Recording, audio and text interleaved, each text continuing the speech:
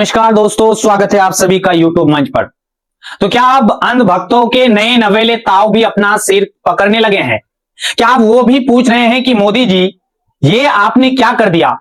दोस्तों, जिस विदेश नीति का ढिंडोरा पीटकर गलियों में वोट मांगे गए, आज उसी विदेश नीति का ऐसा कचरा किया गया है कि पूरी दुनिया में अब जाके भारत की साख पर बट्टा लग रहा है।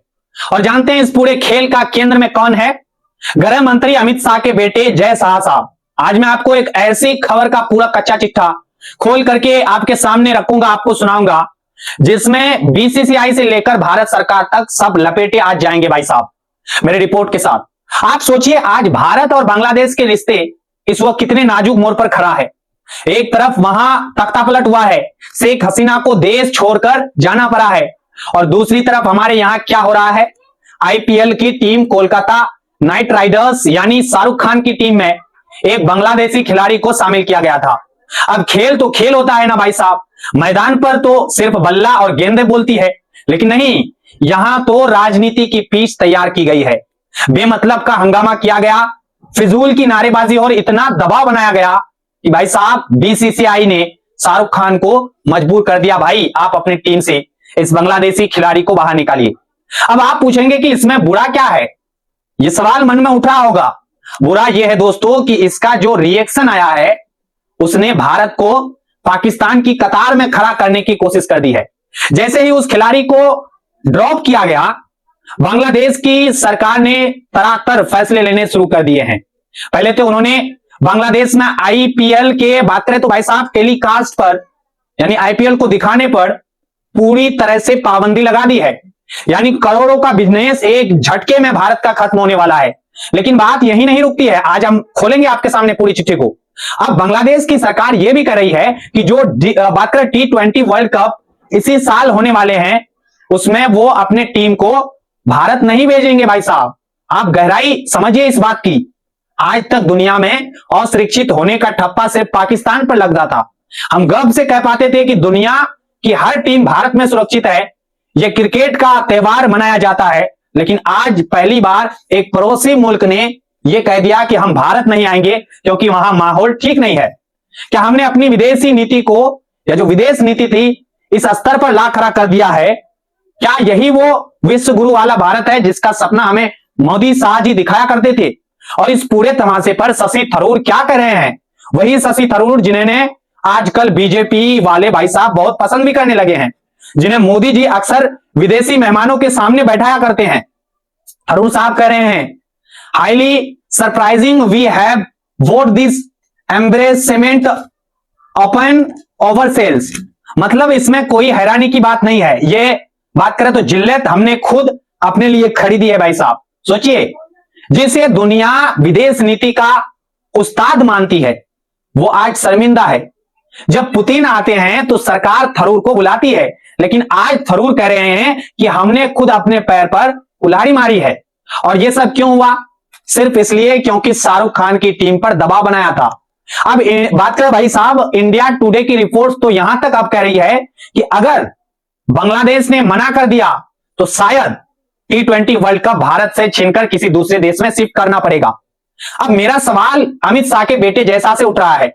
जय शाह साहब, आप इस वक्त आईसीसी के सबसे बड़े पद पर बैठे हैं भाई साहब, पूरी दुनिया की क्रिकेट आपकी उंगलियों पर नाचती है, तो क्या आपके रहते भारत से वर्ल्ड कप छीना जाएगा?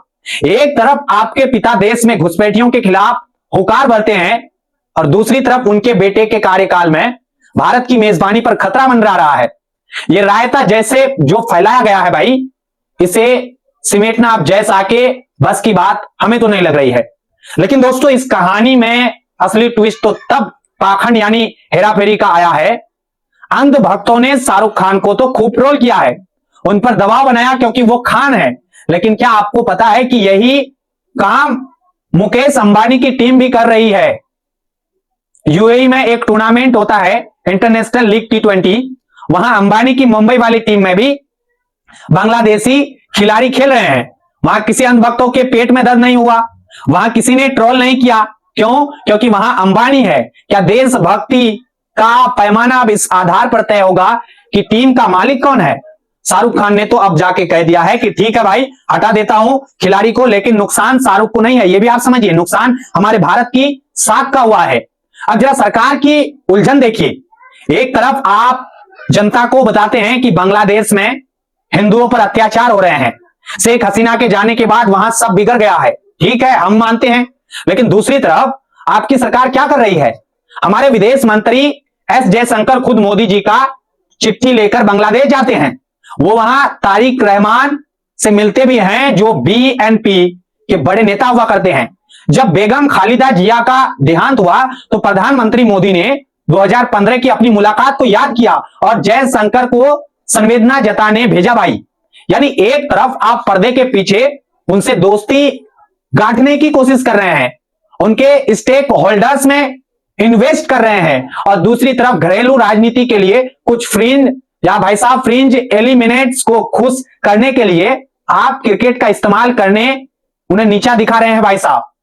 अब आप सोचिए, किसी कथावाचक या किसी स्थानीय बीजेपी नेता के दबाव में आकर आपने एक खिलाड़ी को निकलवा दिया, क्या उस एक फैसले से देश की सुरक्षा बढ़ गई है?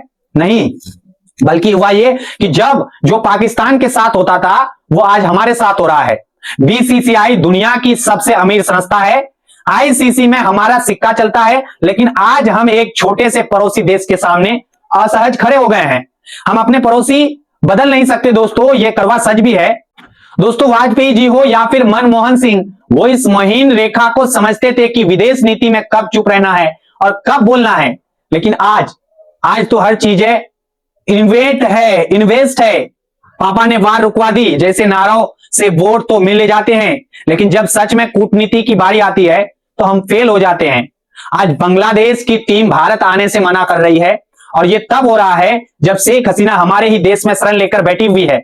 अवैसी साहब तो खुलेआम पूछ रहे हैं आप जाके कि अगर इतनी ही नफरत है तो उन्हें वापस क्यों नहीं भेज देते, लेकिन वहां सरकार चुप है। खिचड़ी खिलाड़ी पर एक्शन लेना आसान है, लेकिन असली कूटनीति निभाना मुश्किल हो रहा है। तो दोस्तों सोचिए कि हम किस देश में जा रहे हैं।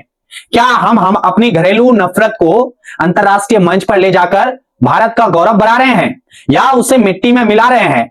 ये जो क्रिकेट का रायता फैला है, इसका जवाब तो अब जय शाह और अमित शाह को ही देना होगा। अगर वर्ल्ड कप का शिफ्ट हो गया भारत से भाई साहब, तो इसकी जिम्मेदारी कौन लेगा? क्या तब भी हम किसी पुरानी सरकार को दोष देंगे? आप इस पूरे मुद्दे पर क्या सोचते हैं?